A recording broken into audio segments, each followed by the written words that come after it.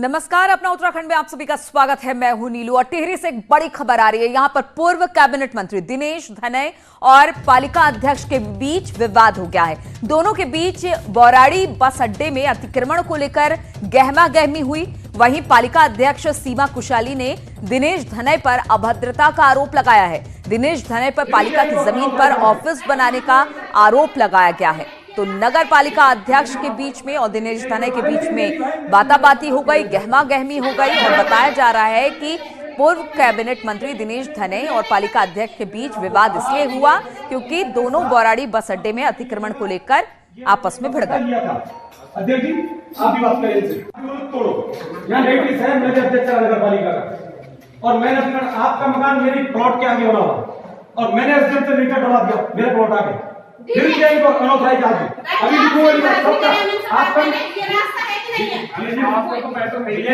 अरे मेरी भाई मेरा मेरे मकान के रहते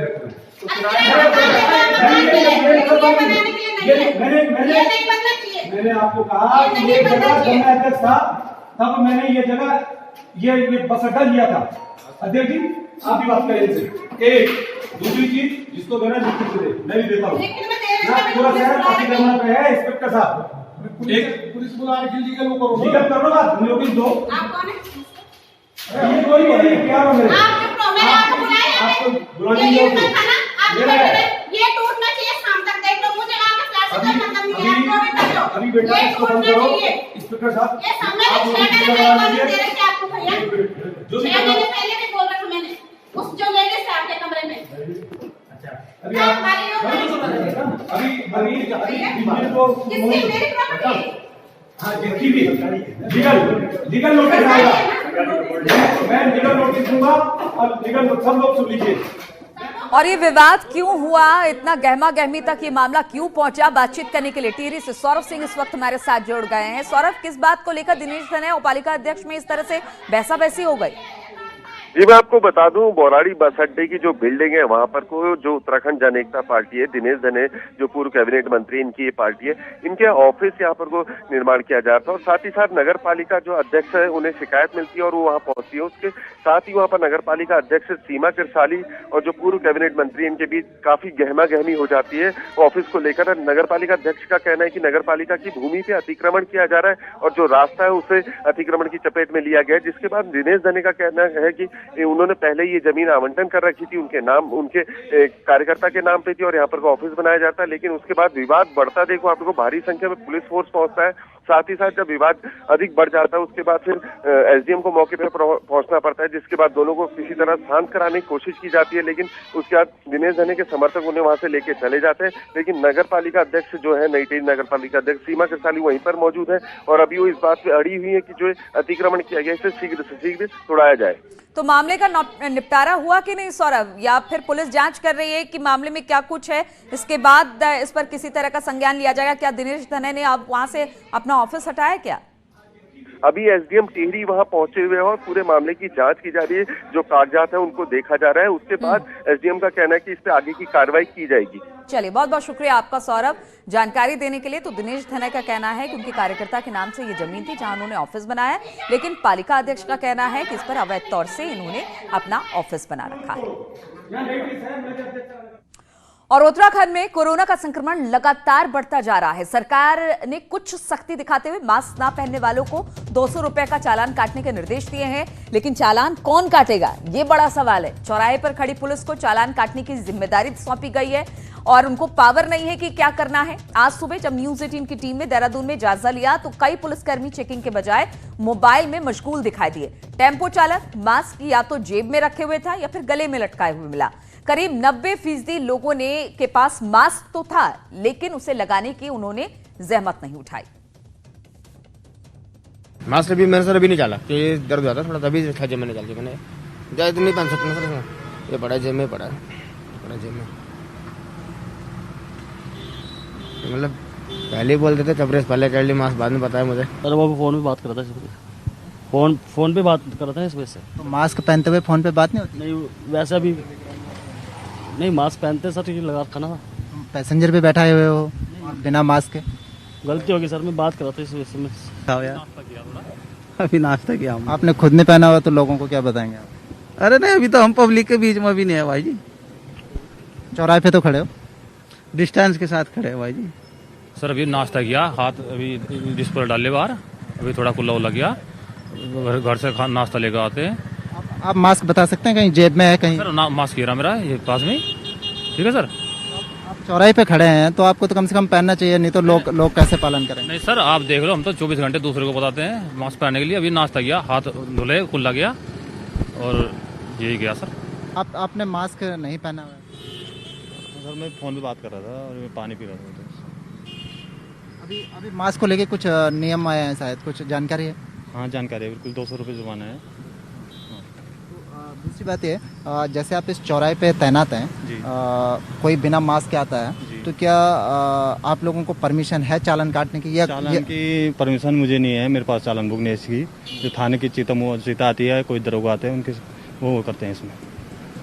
मतलब इसको कोई कांस्टेबल वगैरह नहीं काट सकते चालान?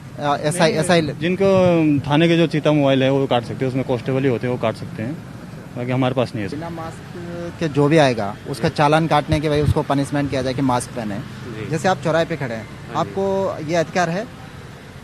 सर राइट तो ये चौकी वालों का, क्योंकि हमारी तो सिर्फ ड्यूटी है, हमने तो सिर्फ ये देखना है लोग फॉलो कर रहे हैं या नहीं कर रहे हैं। कोरोना के बढ़ते संक्रमण की रोकथाम के लिए सरकार ने भले ही मास्क पहनना अनिवार्य कर दिया हो और मास्क न पहनने वालों पर पेनल्टी बढ़ाकर 100 से 200 रुपए कर दी हो, लेकिन न्यूज़ 18 ने अपने रियलिटी चेक में ये पाया कि सब कुछ डंडे के बल पर नहीं होने वाला है। हमने देखा कि अधिकांश चौराहों पर, अधिकांश सड़कों पर तैनात पुलिस के पास चालान की पावर नहीं है, तो हमने ये भी पाया कि करीब 90 से 95% लोगों के पास मास्क था, लेकिन इसमें भी 80% लोग ऐसे थे जिनका मास्क गले में लटका हुआ था। बहुत सारे लोगों के मास्क को देखकर ऐसा लगता है कि जैसे वो मास्क सालों से धुले ही नहीं हो, इतने गंदे मास्क लोगों ने पहने हुए थे। कुल मिलाकर अगर आप ये सोचते हैं कि सिर्फ सरकार के भरोसे रहकर कोरोना का संक्रमण थम जाएगा, तो ये आपकी भूल है। इसमें आम आदमी को भी अपनी भागीदारी सुनिश्चित करनी होगी। कैमरा पर्सन अनिरुद्ध रावत के साथ सुनील नौपरबात, न्यूज़ 18 देहरादून। और खटीमा में आज भी लॉकडाउन जारी है। कोरोना के बढ़ते मामलों के चलते जिला प्रशासन ने लॉकडाउन का फैसला किया है। हमारे संवाददाता ने यहां का जायजा लिया।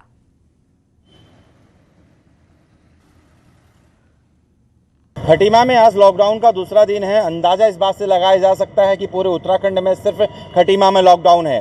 उसके बावजूद आज बारिश हो रही है तो लोग फिर भी लापरवाह बनकर सड़कों में दिख रहे हैं। आप देख रहे होंगे झुंड में यहाँ पर लोग निकल रहे हैं, बाइक से यहाँ पर निकल रहे हैं, कार से यहाँ पर निकल रहे हैं, बेवजह लोग सड़कों पर निकल रहे हैं। जबकि पिछले 4 दिनों में 120 कोरोना मरीज यहाँ पर आए हैं और 200 से 50 ओवरऑल संख्या यहाँ पर कोरोना पॉजिटिव की हो चुकी है। उसके बावजूद भी लोग यहाँ पर मानने को तैयार नहीं हैं। लापरवाह भरी तस्वीरें खटीमा की इन सड़कों में देखी जा सकती हैं। कमलेश भट्ट, न्यूज़ 18 खटीमा। और कोटद्वार में लगातार बढ़ रहे कोरोना के मामले के चलते कोटद्वार प्रशासन की ओर से 4 इलाकों में माइक्रो कंटेनमेंट जोन में इसे तब्दील कर दिया गया है। प्रशासन की ओर से सामुदायिक संक्रमण के खतरे को देखते हुए इन इलाकों को सील कर लोगों की आवाजाही पर पूरी तरह से रोक लगा दी गई है। वहीं बेस हॉस्पिटल कोटद्वार में डॉक्टरों में कोरोना की पुष्टि होने के बाद उनके संपर्क में आए लोगों की भी कोरोना जांच की जा रही है। कुछ माइक्रो कंटेनमेंट जोन बनाए गए हैं, खासतौर से ऐसी जगहों पर जहाँ पे हाल ही में कोरोना पॉजिटिव व्यक्ति पाए गए और उनसे जुड़े हुए कुछ लोगों के और भी रिपोर्ट जहाँ पर पॉजिटिव आई थी। ऐसे जगहों को माइक्रो कंटेनमेंट जोन के रूप में विकसित किया गया है, चिन्हित किया गया है और उनमें बैरिकेडिंग लगा के प्रॉपर जब तक उसमें जो सिम्टोमेटिक पर्सन है उनका सैंपलिंग और जो असिम्टोमेटिक पर्सन है उनका जो है स्क्रीनिंग की व्यवस्था वहाँ पे। और सब्जी बेचने वालों और फेरी वालों के जरिए कोरोना संक्रमण के तेजी से फैलने की आशंका जताई जा रही है। इसके मद्देनजर केंद्रीय स्वास्थ्य मंत्रालय ने राज्यों और केंद्र शासित प्रदेशों को इन लोगों की जांच करने की सलाह दी है, जिसमें संक्रमण के मामलों का जल्द पता लगा जा सके और इसकी रोकथाम की जा सके। वहीं देहरादून में सब्जी बेचने वाले और फेरी वालों के अभी तक किसी भी प्रकार की कोई भी मेडिकल जांच नहीं की गई है और न ही किसी मेडिकल टीम ने यहां का दौरा ही किया है।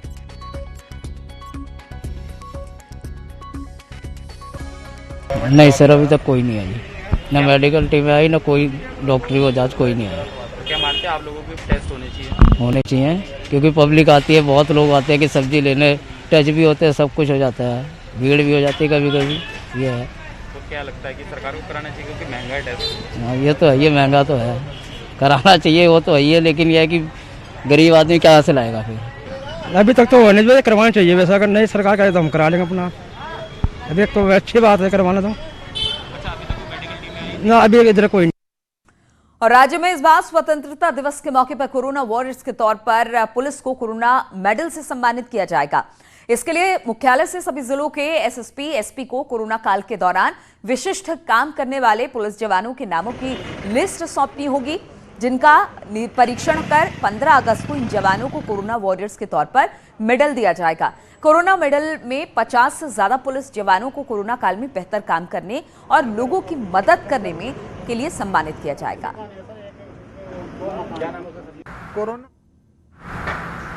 कोरोना में जिन पुलिसकर्मियों ने बहुत ही आउटस्टैंडिंग ड्यूटी की है, ऐसे लोगों को मेडल प्रदान किए जाएंगे।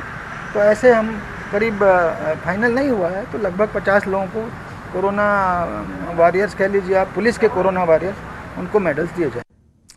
और ऋषिकेश के बुल्लावाला में भारी बारिश से बरसाती नाले पूरे उफान पर है, जिससे कई घरों में बारिश का पानी घुस गया है, जिसकी वजह से ग्रामीणों को भारी परेशानियों का सामना करना पड़ रहा है। तस्वीरें आप देख सकते हैं किस तरह से भारी बारिश की वजह से लोगों के घरों में अब पानी घुस रहा है।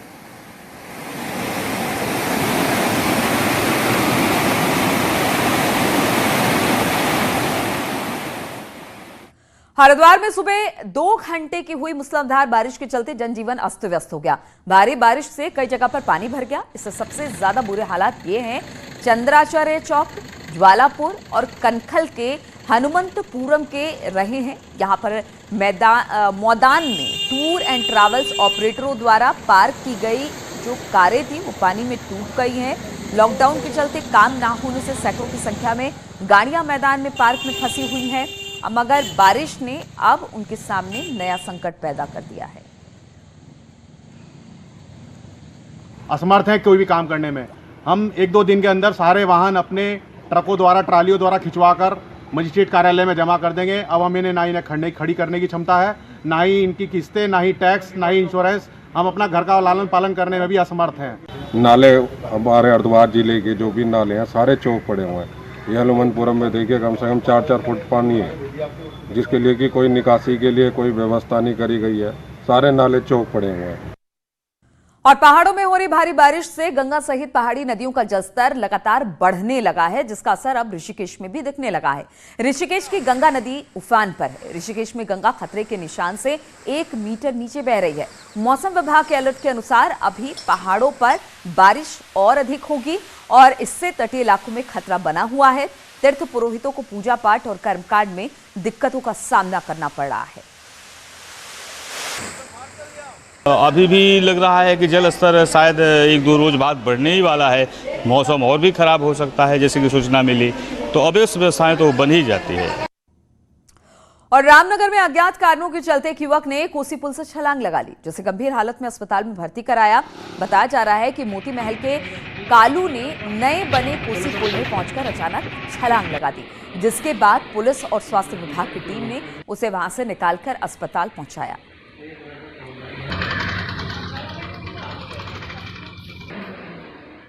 हरिद्वार देहरादून सीमा पर इन दोनों जंगली गजराज का आतंक बना हुआ है। राजूची टाइगर रिजर्व के मोतीचूर रेंज से सटे खांड गांव में ये गजराज अपना आतंक बनाए हुए हैं। आज सुबह भी वो जंगल से निकलकर यहां खेतों में घुस आया। इसके आते ही ग्रामीणों में हड़कंप मच गया। 2 दिन पूर्व भी इसने यहां मौजूद दीवारों को तोड़ा था। लोगों की सूचना पर मौके पर पहुंची वन महकमे की टीम ने कड़ी मशक्कत के बाद इसे जंगल में खदेड़ा।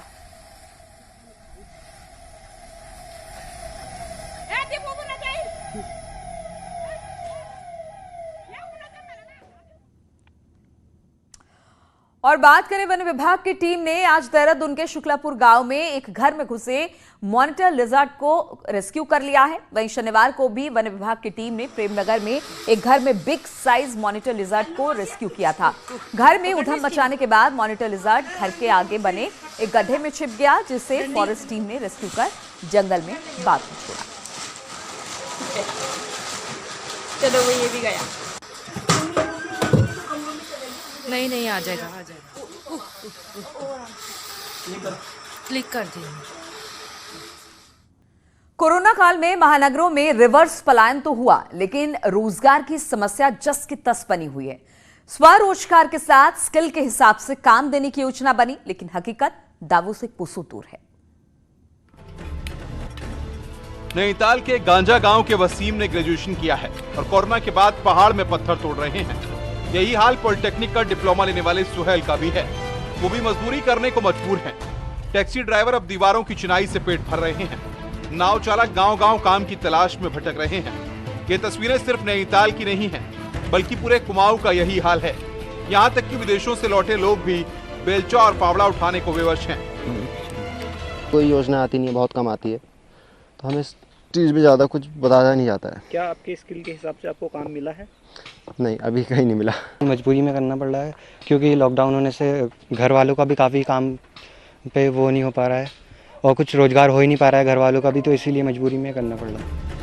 सरकार ने दावा किया था कि रिवर्स प्लान कर आए लोगों को स्किल के अनुसार स्वरोजगार से जोड़ा जाएगा और मजदूरों को मनरेगा के तहत काम मिलेगा, लेकिन यहाँ के लोगों को न तो सरकारी काम मिला और न ही योजनाओं का कुछ अता पता चला।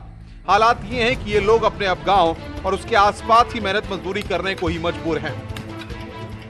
यहाँ पर हम लोग को रोजगार मिल रहा है और एक्चुअली बाहर तो ऐसी है, अभी लॉकडाउन के उससे सब बंद है, तो बेरोजगार चल रहे थे। इस समय यहाँ पे बहुत खुशी हो रही है, मिल रहा है इस समय।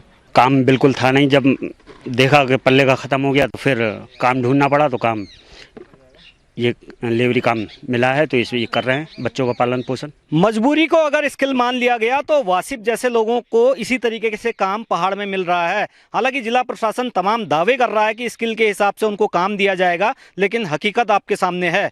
बेहतर होगा कि सरकार और सरकारी सिस्टम जागे और सही से रोजगार की गणना करके इन लोगों को उनके स्किल के हिसाब से काम दे, ताकि जो प्रवासी हैं उनको भी रोजगार पहाड़ में मिल सके। वीरेंद्र बिष्ट, न्यूज़ 18, नैनीताल। और 9 अगस्त का दिन पूरे देश में अंग्रेजों के खिलाफ शुरू हुए भारत छोड़ो आंदोलन के तौर पर मनाया जाता है। अगस्त क्रांति दिवस के मौके पर आज देहरादून में प्रदेश कांग्रेस मुख्यालय में शहीदों को याद करते हुए स्वतंत्रता संग्राम के शहीदों को याद किया गया। कांग्रेसी कार्यकर्ताओं ने शहीदों को श्रद्धांजलि दी और उनकी शहादत को नमन करते हुए कांग्रेस के कार्यकर्ताओं ने पूर्व प्रधानमंत्री राजीव गांधी की प्रतिमा में फूलमाला चढ़ाकर शहीदों को याद किया।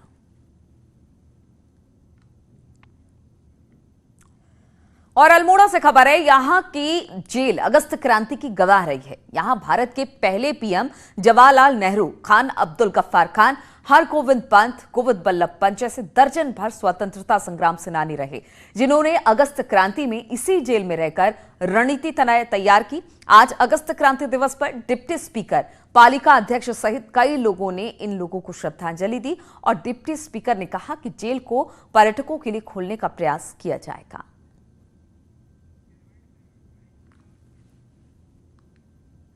तो उत्तराखंड की खबरों में फिलहाल इतना ही, रुकेंगे छोटे से ब्रेक के लिए।